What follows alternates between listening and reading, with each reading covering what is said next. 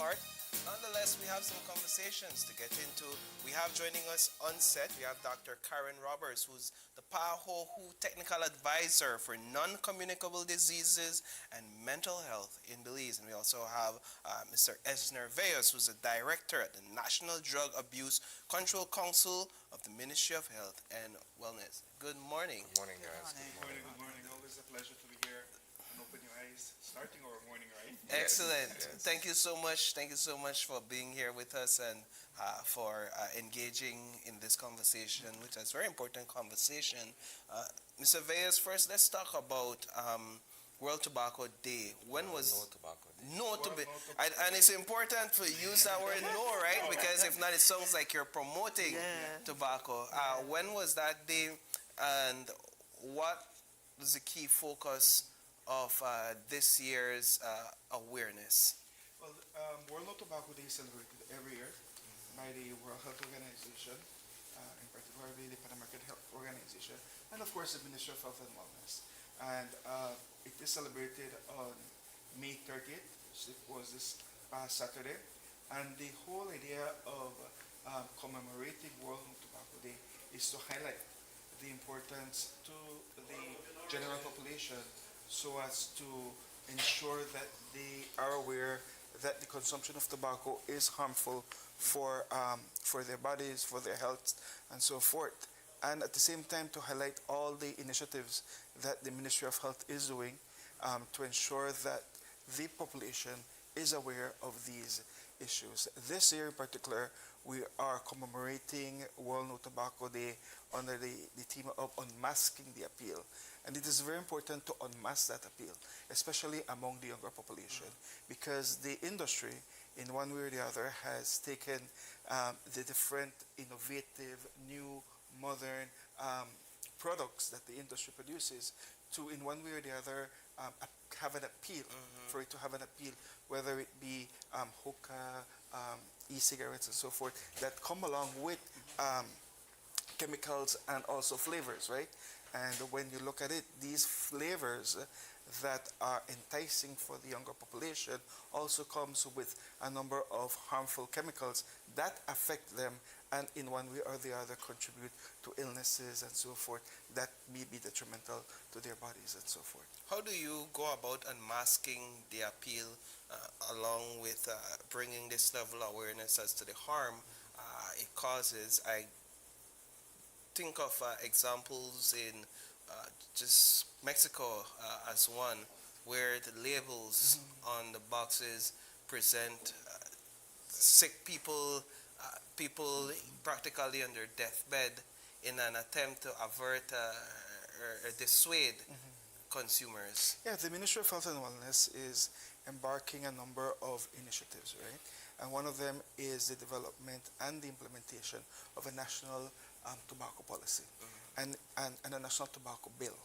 And this document proposes in one way or the other to highlight all of these negative effects that tobacco has, not only in terms of the packaging and the labeling of these products, but also in terms of ensuring that there is a legal age limit of consumption, increase in taxation in these tobacco products.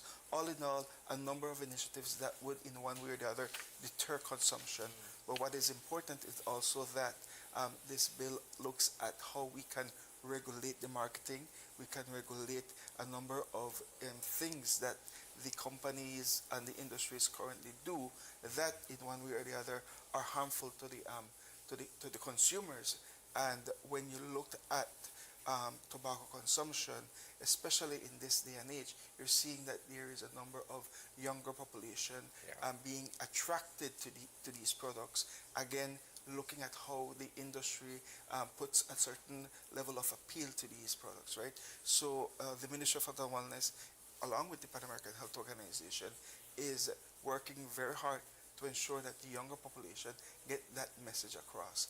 It's not easy because it's a lot of marketing that is involved by the industry, but if we're able to change the mindset of the younger population so that they are aware that whatever they consume, whether it be a traditional tobacco product or a new and emerging product, it is still something that is detrimental to their health. Dr. Roberts, let's get your perspective from that of the Pan American Health Organization in terms of the effectiveness of these awareness campaigns and the initiatives to try to dissuade younger persons from smoking and consuming tobacco. Yes. All right. Thank you for the opportunity to come in here. And as you say, the thrust of the tobacco company is to begin to work on the younger minds. When we think about the number of people that die every year from tobacco-related deaths, they feel that it's imperative to work now to convince younger people, new people, to begin to smoke. And as a result, the strategy that's used is in the advertising and how the products are presented. So for instance, this year, we're looking at unmasking the appeal, bright colors, dark intentions. We know that young people are attracted to anything that looks catchy. So we bring products that have different flavors, that have bright colors, and as a result, the tendency is to associate the bright colors, the different flavors, with an improved quality of product when they know that that is not the reality. Because we know nicotine kills and everything. So how the products are packaged, they're done in a way to appeal to young people. So for instance, now we have e-cigarettes in keeping with the technology where young people like the electronics and so on. But the reality is that the e-cigarettes also disseminate the same nicotine that's in the actual tobacco if you were to use the regular cigarettes to smoke. WHO has put a number of systems in place. We have the Framework Convention on Tobacco Control that outlines various articles. One of the things is that it prevents any kinds of advertising, promotion, and sponsorship of tobacco products. It also prohibits sales to minors. The WHO FCTC also looks at the whole issue of labeling and packaging. So ideally, tobacco products are supposed to have, in cases where they're labeled, they should say that this is dangerous to your health. But then the Framework Convention takes it even a little further, where the recommendation is not to have any kind of labeling on the package. So any tobacco product should have plain packaging, and as a result, these are packages or products that should not be on display. So let's say if you go into a store, people are supposed to be should ask for them and say, well, look, do you sell cigarettes or do you sell e-cigarettes? It should not be there on display. And all of that is geared to reduce the attraction, because most times these products are at points of sale. So, we have the tendency when you're coming to the cash register, everything is there to attract you to pick up at the last. The Framework Convention prevents that, prohibits that.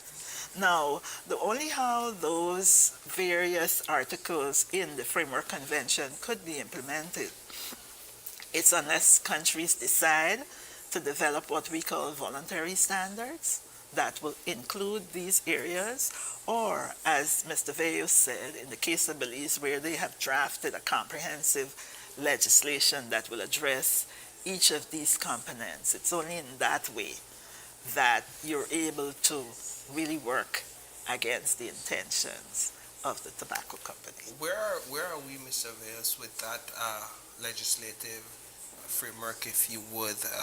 When can we expect to see this conversation elevate from these policy-making groups to the legislature? The Ministry of Health is in the process of introducing the bill to the cabinet, so that they would be able to provide an approval so that it would be elevated to the National Assembly, and then it would be part of our laws, right? And it is important that we ensure that this bill takes effect, because it's not only in terms of how we are regulating the industry, but in terms of how we are protecting the population of our country. Because at the end of the day, when we are advocating for no tobacco, we're also advocating for life. We are also ensuring that the younger population do not have access to these products, especially when it comes to these new and emerging products that have an appeal for them, right?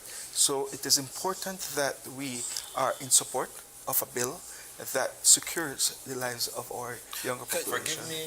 Forgive me, but for pointing out what seems to be quite a challenge here, but it seems as if though the advocates for no tobacco are fighting an uphill battle, a steep uphill battle, because essentially what you're going up against is billions of dollars in advertising money, Yes. right?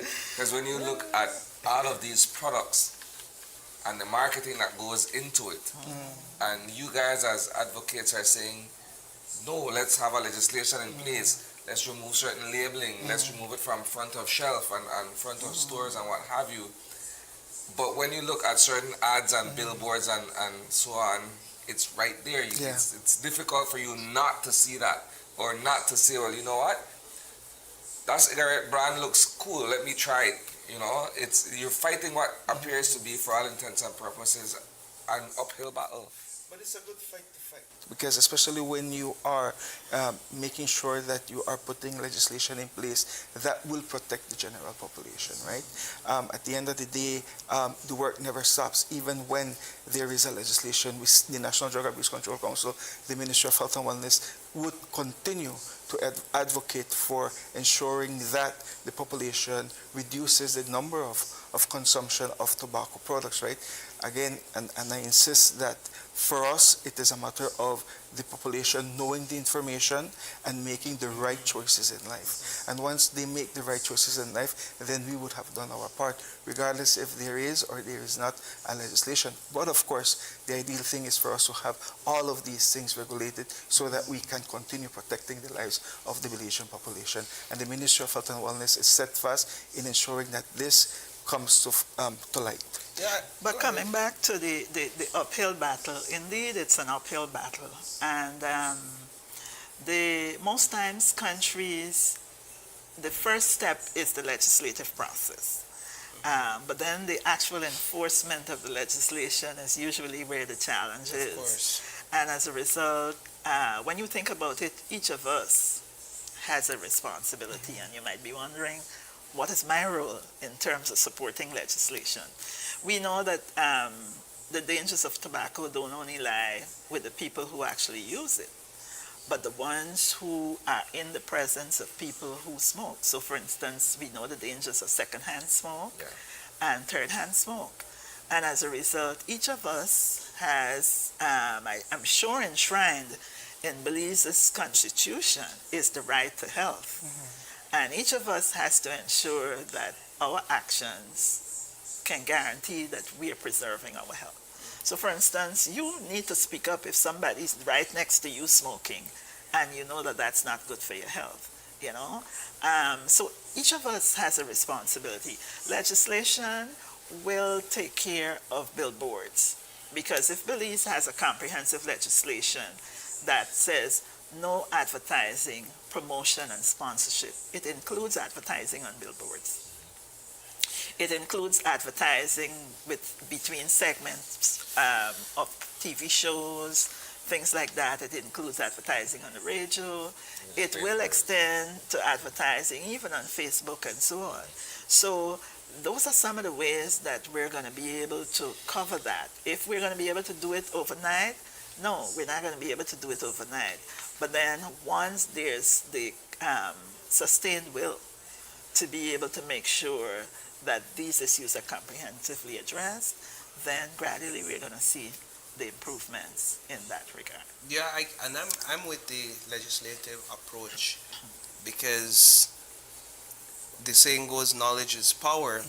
However, in this case, I think that we know the effects of tobacco.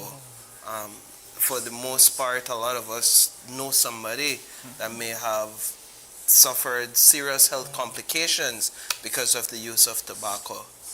But I don't know, and perhaps you could correct me, if that knowledge has translated into real life action for the majority Yeah. in terms of saying, hey, all right, we've seen it, we'll stop. No, in fact, I think we've seen people still continue even in the face of this knowledge. So what I'm hearing you say is what the legislation does, it brings a comprehensive approach to it. We'll tell you about it, but we'll also ensure that we have something in place to safeguard our population. Can you speak to perhaps one or two areas that the Belize specific legislation touches? Maybe, for example, how it will impact those who sell tobacco retail from the stores. One of the things that the bill intends to strengthen is precisely how we regulate the industry, right, in terms of the sale of tobacco products. As we speak right now, there is no legislation that could guarantee that tobacco is not sold to minors, right, because there is no legislation to look at that. So the legislation comes to promote that the legal age of purchasing and the legal age of consumption would be 18 years of age. Apart from that, we're also looking at how we can increase taxation because, you know, the more cost the tobacco product has, the lesser chances that the younger population would have access to these products. So right? it could become more expensive. It can become more expensive, and that's the idea. It has been proven worldwide in researches that the higher the taxation, the less accessibility there may be specifically among the younger population. And you might say, but why is it that we're concentrating more on preventative mechanisms to avoid the younger population to have access to these products? It is because that's what the industry is doing, is creating an appeal for the younger population to hook them into the product so that they would be lifelong consumers. And if we're able to buffer the initiation of consumption of tobacco products among the younger population, then we would have at least one part of the battle, right? The other thing that we're also looking at is how we can market and label the tobacco products. The idea is, of course, to have a tobacco packaging that is free of advertisement, and also looking at tobacco product packaging that portrays the effects that tobacco product has. All in all of these initiatives that we are putting in place is to ensure, again, to safeguard the good health of the Belizean population, and at the same time to safeguard all those who are also not consumers of tobacco products, that they may be affected if they are close to individuals who are consumers of tobacco products. You need an all hands on deck approach Yes. All to hands on come deck. within a fighting distance of this being effective. I say that because law enforcement is one thing, will is another, and you need a combination of the two elements that I just pointed out to effectively stand a chance. You go into a grocery store and a kid walks up to the grocer and says, I want a pack bread and 2 cigarettes. Maybe the kid is not purchasing the cigarette for him or herself.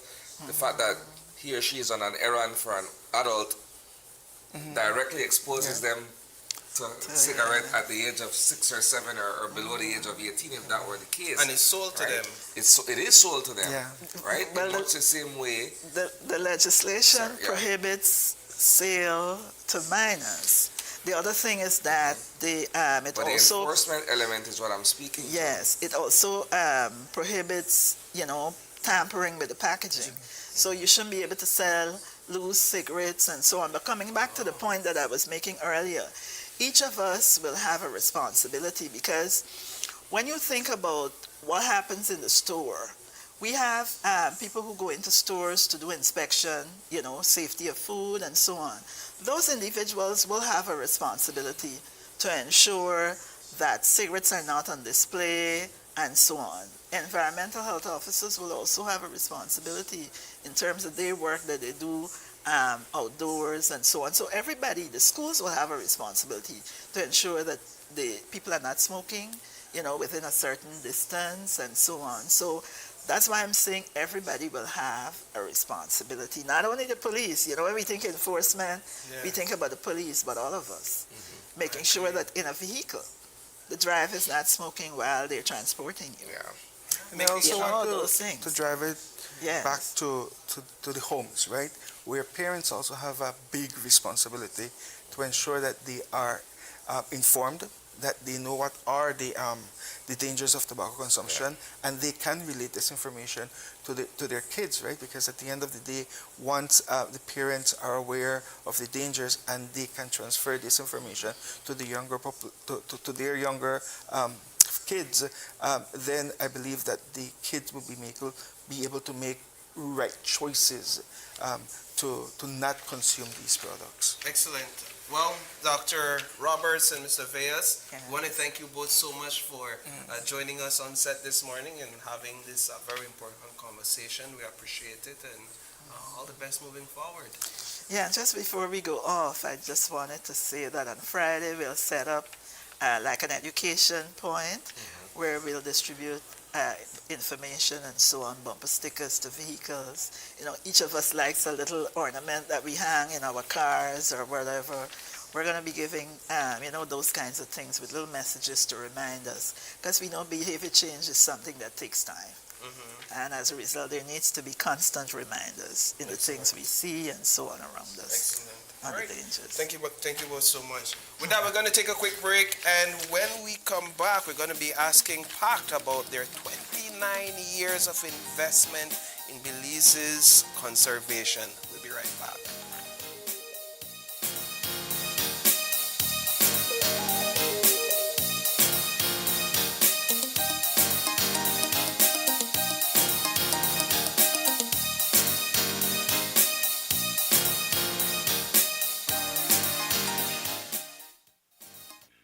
Remember, not all light bulbs are created equal.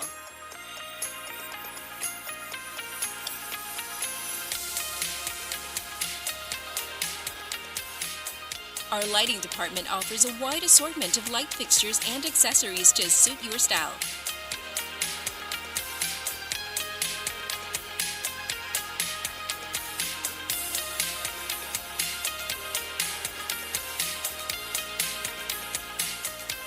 So stop in today and get the right illumination for your homecation. And don't forget your B-Box when you make a purchase. Benny's, quality and savings. Planning a trip to Belize? Here's how to complete your I Declare Arrival form in 5 easy steps. Step 1. Visit belizetravel.immigration.gov.bz. Step 2. Select the appropriate forms for arrivals. Choose Arriving to Belize. Step 3. Provide your origin trip details, including your departure airport and country of residence. Step 4. Carefully complete the immigration form. Add dependents if necessary, declare baggage, currency, and merchandise, and confirm your entries are correct. Step 5. Download your completed form and take a screenshot of your QR code and reference ID to present to the immigration officer. Thank you for using Belize iTravel. Safe journey. My name is Leomar Langzert and I'm a teacher and I bank with Belize Bank Independence Branch. What I enjoy is the safety features that the app offers. I have a sense of not having to worry or be concerned about somebody finding my password and username to sign in the application because of the use of the one-time password. And another feature that I love, that I use the most, is how the app synchronizes with my fingerprint on my device. I enjoy the rapid and easy, seamless process to apply for loans through the Belize Bank, and I don't have to be having too much back and forth to visit or take time to visit the bank. They also start to offer the online applications through the app for loan applications, which I believe is very neat. I would definitely recommend Belize Bank to other teachers because one of all the features and advantages that the app offer, with these online that Belize Bank offer, is basically everything that you can do in the palm of your hand. So I would definitely recommend the bank to other teachers.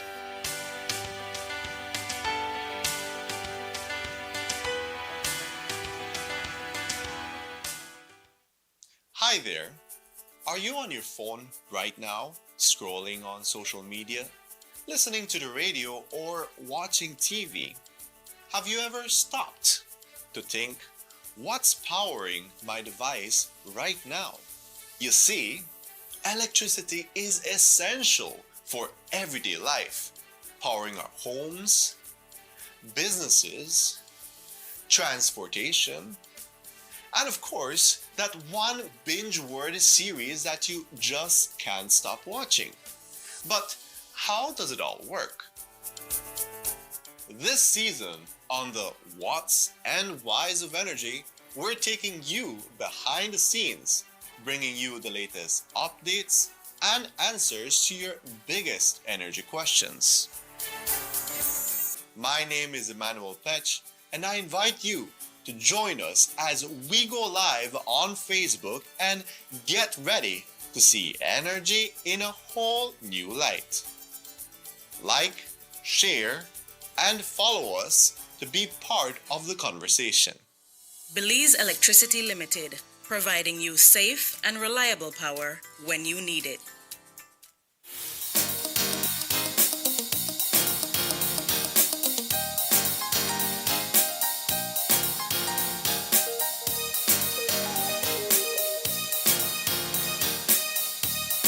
And welcome back. Joining us for our next conversation, our friends from the Protected Areas Conservation Trust, PACT. In studio with us this morning is the Executive Director, Abel Castaneda. Good morning. He is joined by Robin Burns. She's a Conservation Investment Manager at PACT. Good morning, Robin. And on her right is Eli Romero. He's a Climate Finance Manager at PACT. Ladies and gentlemen, good morning. Good morning. Good morning, gentlemen. Thank you for having us. 29 years of existence in conservation and moving Belize forward where that is concerned. It's a milestone, shy of 30, one shy of 30. How are we commemorating this particular achievement, and where does the work of PACT stand within the context of conservation efforts in this country? So, June 6th, 1996, PAC opened its doors. And at that time, it was really the result of a wonderful idea of seeing how we can continue to build at that time Belize's hold on conservation as a leader, and seeing how a growing industry, which is the tourism sector, could have contributed to that. So we are tied very, very directly with tourism. You know, the revenues we get comes from our international visitors, whether through the airport, the borders, or through cruise tourism. And while at that time maybe it was an experiment, it has really become something that Belize should be very proud of. You know, we are a leader in conservation and sustainable development. And then in 2011, we had an evolution as well at that time where we became the first accredited entity in Belize to the Adaptation Fund, which is a climate finance fund. One of the largest ones that exists, and also later, a little bit later after that, to the Green Climate Fund, and we're looking at a few others right now so that we can support not only conservation and sustainable development, but also begin to push programs that support climate resilience in Belize, since that's a whole new issue that we are living today. Not only in the environmental world, but on a daily basis. You know, we have the heat is on right now. You know, they have forest fires last year that ravaged a huge part of the country. And so PAC has tried to evolve and has tried to adapt to the various needs of the country to ensure that it has a good footing towards sustainable development. What struck me about what you said initially is how PACT came to be, which made me realize, and I think a lot of people take for granted, is that this is Belizean based. This is for we, in fact, that we start this, right? And it has evolved and taken on a new shape, and new meanings, and served different purposes with the same intent as it started with. But I want to get into what it means to be accredited to these different funds, and it can get a bit technical at times, but help us to understand what that means. Sure. So getting accredited to any of the financial mechanisms that exist, both the Adaptation Fund and the Green Climate Fund that PAC is accredited to, is nothing less than a rigorous process. Okay. What they're trying to ensure is that you have the capability of managing the resources that they're making available for you. The difference is that we're not managing PAC's funds that we're granting to conservation, but we're getting funds from external sources for implementation for building climate resilience in Belize. So one of the couple things that they look at is your fiduciary management or financial management systems. They look at your procurement processes. They look at your internal audit systems and also external auditing. So what they're trying to make sure is that you're accountable, you're transparent, and that you're fair with all your internal process. So it's extensive, a very extensive process that we go through. We recently secured reaccreditation to the Adaptation Fund, which is done every 5 years. With the Green Climate Fund, it's slightly different, that they don't have a reaccreditation anymore. It's something that just recently started, but it's basically what they still look at your internal processes. So it's not only looking at the projects themselves that you're managing, but at the institution itself. When you consider the 29 years and the impact that PAC has made throughout its years, what do you think? Well, I think one of the highlights of that would be our recently held award ceremony for our Conservation Investment Strategy 2.0. Yeah. This is our second investment strategy, which was developed really looking at the broader picture in terms of long-term investments and more strategic investments. So what we did, we had developed a theory of change and looked at how we wanted to be more impactful in the entire Belize National Protected Areas system. So in doing that, we highlighted that we want to see improvements in the management across the protected area system.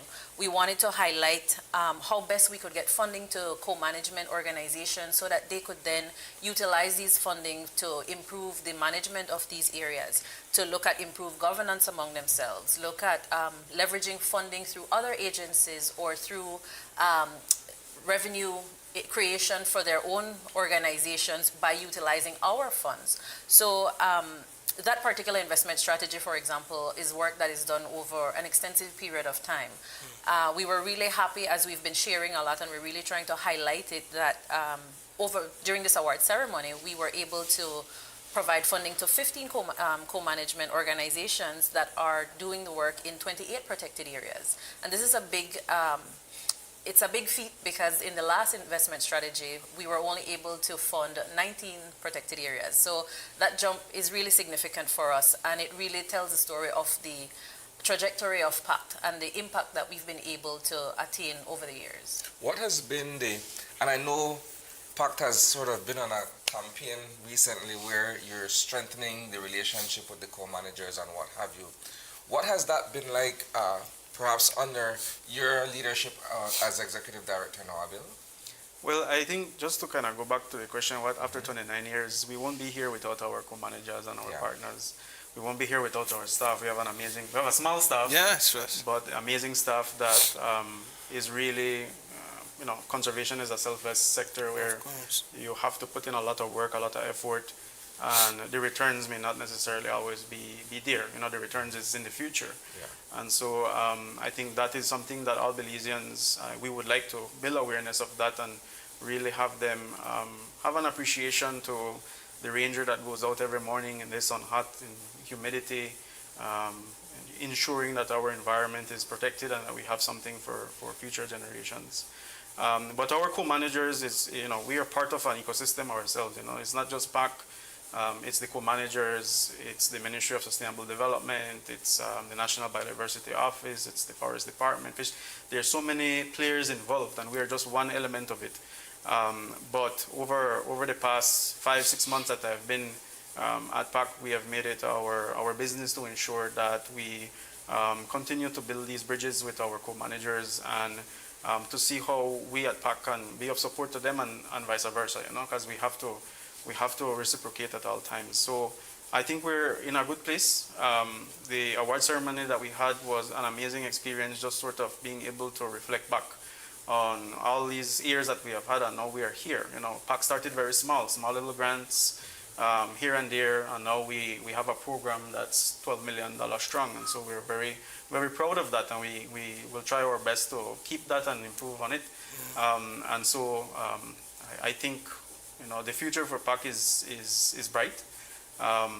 There are a lot of new things that are in the forefront, And one of those partnerships that we have been building is with the Belize Fund for Sustainable Future, for instance. We recently signed an agreement with them. They're another fund within the conservation world, and we believe that it's better to partner with them and to strengthen conservation on a whole, conservation financing. So while for the 29 years we're not necessarily having a big shebang, we will keep that for the 30th year for next year. We are planning together to host a national conservation summit later this year, so we'll have more information on that shortly. But really to provide a platform for all these partners that you speak about to come together to look at what's happening in Belize and to really look at what we need to do for the future of conservation in this country. Tie it back to tourism, because that's where we started the conversation with, right? So all of this conservation effort is being done on our part locally. How does this now tie back into the idea of having visitors come to this country and seeing what we have in its green state, so to speak? Well, like I said, the park and tourism or conservation and tourism in Belize is a symbiotic relationship, if I use an ecology term, because park wouldn't exist without the growth in tourism that we have, and we wouldn't have been able to invest these monies that we have invested recently without the growth and performance that we have seen in tourism over the years. In fact, right now we have a partnership with the Belize Tourism Board to mobilize some additional a program that will look at kind of implementing tourism-based infrastructure and services to improve the quality of experience we have at our protected areas. The statistics show 60 to 70% of our visitors that come internationally, they visit a protected area, whether it be the marine area at places like Colchan and Turnef, or whether it be inland, at the Chiquibull, or even our archaeological sites. And so they, they're one in the same. And so our job is to support the notion of that symbiotic relationship. And that's one thing that we are sort of beginning to put together in a new campaign that we also will be rolling out shortly called Breed. And it's really to showcase the importance and value of conservation first to the Belizean public. It's important that you know why protected areas and conservation is important. If you don't know, then we're kind of failing. Like the water we're drinking or the coffee, where does that come from, and how is that possible that it's still fresh and we're still able to enjoy that? So I think that's important, and then there will be an element also for our tourists. One of it is telling them this is your contribution that you have, this is what you're doing just by visiting Belize, and also by providing a level of appreciation for them, because many of them don't really know that every time they depart the PGIA or the border points, or anytime you cruise passenger lands, some of that money goes back into conservation, and that's the wonderful formula that was devised in 1996. Yeah, perhaps it's my ignorance, but I wasn't aware, right? And so thanks for... That's why we're here. Well, at least I wasn't aware that it was that you all play a part in that. After 29 years, what's the big challenge where conservation in protected area is concerned today? I would have to say the fact that the funding, now that you understand the relationship, however, that funding is not unlimited. So going back to what I was mentioning earlier, it really takes a lot of strategic planning so that we could see how best to invest those fundings. However, I think we've done a decent job at it in terms of, for example, this particular conservation investment strategy. We are investing just over $12 million over the next 3 years. 7.7 million of that is going directly to the NGOs that have co-management agreements for those protected areas. But likewise, we also try our best to kind of expand a bit in terms of doing other investments. We've branched out into the climate finance realm. We're looking at, we still have ongoing relationships, for example, with third-party agencies like MARFON, who we've been, in very close ties with since their inception. We still manage the Belize Nature Conservation Fund, right? You were at that ceremony, right, Yes, Paul?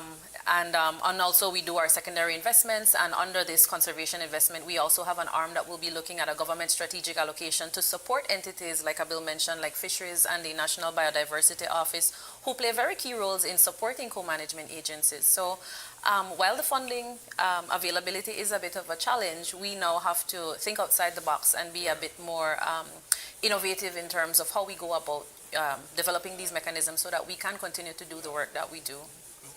I talk a bit as we wind down this conversation about that small staff that you have there, and about their passion, and I'm sure you've had people come and go over the 29 years, individuals that have built legacy there as well. And how is it that you all have been able to continue to motivate them and build that passion within them so that they remain grounded in the purpose of this trust? First of all, we have a very young staff at Park. And so As we can see. the leadership, the leadership and at that level in our organization to be done by young people, by I think some of them still under the youth category, is an amazing sort of show of the legacy that you speak about, of what others have been able to build up so that the young can take it forward. We have had great teams come through PAC over 29 years. I think it's important to highlight them as well. You know, everyone has put their piece into this puzzle of making Belize shine internationally. When we go out to conferences and stuff out there, PAC Belize, it's from a point of leadership, from a point of being a pioneer. Right now, the climate finance team, it's a small team, but they are being looked at as the horizon, the light in the horizon by many other conservation trust funds around the world, because we have done what a lot of them want to do with the accreditation and all of that. It's not an easy feat to take on. So a lot of them are looking to us for guidance and for support. But with the team, I mean, we have a wonderful team from almost all around the country. The only one that I think we don't have is from Toledo yet. But it's a very diverse team, and I think that they are very self-motivated, but I think that all of us share sort of this desire and this vision to do something for our country, to be of service to our country. When I just landed there, that's I would say 95% of the feedback I got from asking them, why are you here and what is it that you want to do? And so I think that's a wonderful thing to have, in that we still have young people, we have Belizeans that want to have a positive sort of influence on the future. And that's something that not only exists in PAC, but really reverberates across the conservation world. You know, it's in Belize especially.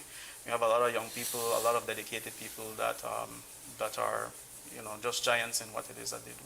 Excellent. Well, congratulations to 29 years. I hope that when we celebrate 3 decades, we could pop some champagne together on set. Certainly. So next year we could plan for that, right? Yes. Pop some champagne and celebrate that. But I want to thank you all so much for joining us and for having this very important conversation. I'm sure that our viewers learned some, if not a lot, from what you all shared this morning. So thank you so much. Thank you too.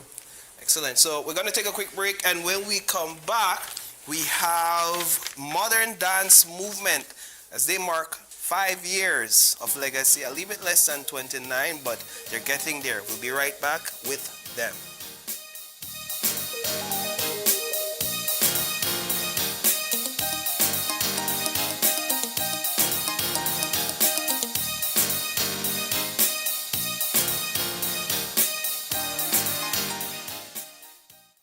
Carlton Flowers, and I'm the owner of Back to My Roots Art from the Heart, and in this store I produce a lot of handmade ornaments. Before I had access, it was a big problem because the tourist doesn't carry as much cash.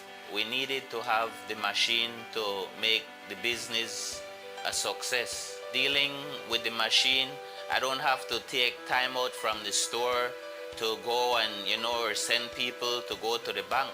I would recommend Belize Bank Digital Service because it has done a lot for me personally. It has done a lot for my business. It helps me with paying my bills online, and I really appreciate that the staff took time out and teach me what I needed to get done. So I'm very happy that now I can do it confidently on my own.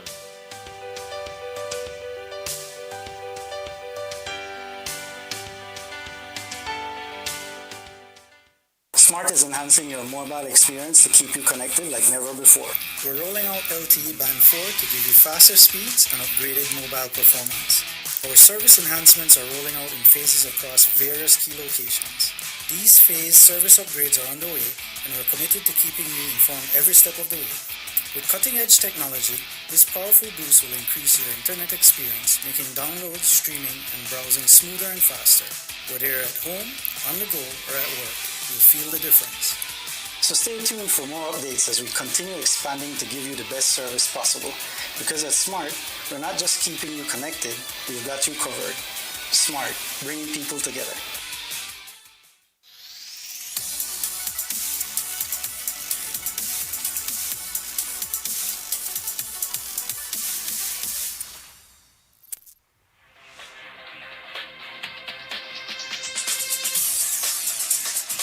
Week after week, Scald presents exciting reports and documentaries on the most varied topics of our time. Spectacular developments and innovations, lifestyle and trends of tomorrow, mobility and tourism, health news, highlights from art and culture. Each contribution grabs the viewer with extraordinary images and stories and takes him into fascinating worlds which he experiences here exclusively and up close. We're there when companies and specialists develop super satellites for a global network in space and can look behind the scenes. Scald is a window to everything that is there or is yet to come. Fly with us through time to better understand today and tomorrow. You've always wanted that. Scald, a look into the future. The best days of your life start with Smart's postpaid plan. Every day is a new challenge, and I stay connected with my clients no matter how tough the workout gets. As a mom and entrepreneur, I need flexibility. My best day starts with my Smart postpaid plan.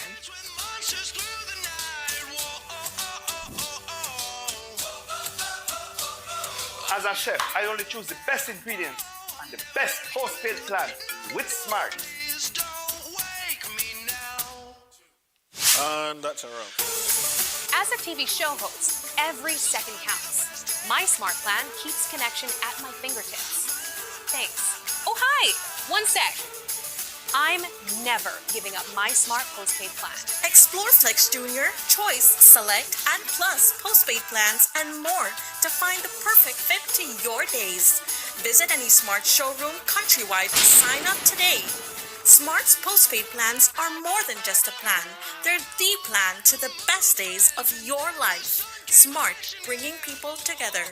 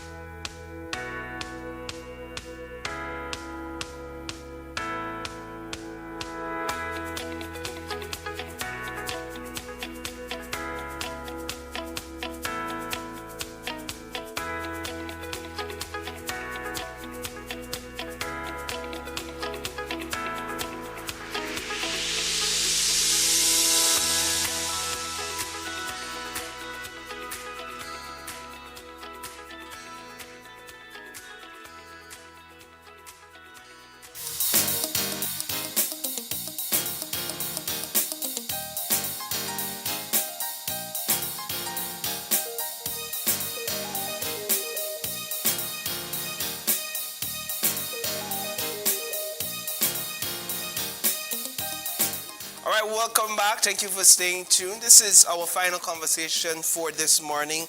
Last but certainly not least, and we have joining us on set Miss Jayla Diaz, who's a dancer at Modern Dance Movement, as well as Sapphire Jenkins, also a dancer. And then no stranger to this morning show, Miss Jalen Craig, who's the founder and director of Modern Dance Movement. Good morning, ladies. Good morning. It's such a pleasure to have you all on set with us this morning. Miss Craig, what's been happening over at Modern Dance Movement of late? Well, we've been very busy. This Sunday we have our upcoming 5th annual dance recital, but we've also been a part of many more events, dance events and activities, like the EU in the Park last month and BNDC, the Belize National Dance Company's 35th anniversary. Okay, excellent. So here we're talking about celebrating 5 years. So it's 5 years ago that this vision came to life for you. Talk a bit about how that happened. Well, actually, we started 6 years ago, back in 6 2019, the ending of 2019, but of course we know what happened in 2020. Correct. So it wasn't until a year later we began our annual dance recitals. What has this journey been like for you? It's been really incredible. I am so grateful for the parents and dancers at Modern Dance Movement. They continue to show their support and passion for dance. So it never has felt lonely. Yeah, talking about dancers, we have two with us, and I want to get a little bit of word from them. So first, you, Miss Diaz, how did you become interested, and then talk about how you joined Modern Dance Movement? Okay, so I've been a dancer since I was three years old. Oh. And Miss Jalen actually used to teach me at BNDC like 10 years ago when I was 8. And then she went on to study, and I was always like, oh, I can't wait for Miss Jalen to come back, because I know she would have opened her own studio. I know she would have done great things, and I was one of her first dancers. I've been with her the entire 6 years. This is my last show coming up, but I hope to stay in touch, and I know great things are in the future for MDM. Why is this your last show? There's a cutoff period for age? No, I'm going away to college. Oh, so, okay. yes. What would you say this dance movement has done for you as an individual? Okay, so I know when people think dance, they think, oh, just go on the stage and dance, but I must say Miss Jalen is more than a dance teacher. She's very interactive, she's very sweet, she's very kind. If you go to the bathroom and take too long, she'll come and be like, are you okay? You need someone to talk to? So for me, dancing with Miss Jalen is more than just dancing. It's like a family, like a community. We all became friends despite our age or what we have happening. When we meet in classes, we know to leave it all behind and just dance. Excellent. Just dance. Ms. Jenkins, talk a bit about your involvement here and how you got started. Where did your interest for dancing come from? So similar to Jayla, I've been dancing for a really long time. I started out in the church. I used to do flag dancing and worship dancing. And then in high school, after COVID, someone recommended MDM, and I went in one class and I was like, oh my gosh, like this is so cool, but I have no idea what I'm doing. And it's just been a continuous learning process of like, maybe I don't have all the technique, but everyone, it's such a loving and encouraging community that I feel welcomed to learn, to make mistakes, and to grow. Is there a style of dancing that you all focus on? I don't know, a genre per se, or is it across the board? We offer ballet and a specific modern technique called the Martha Graham modern technique. It's actually, Martha Graham is considered the pioneer for modern dance, and so many other modern techniques followed behind her based on her foundation.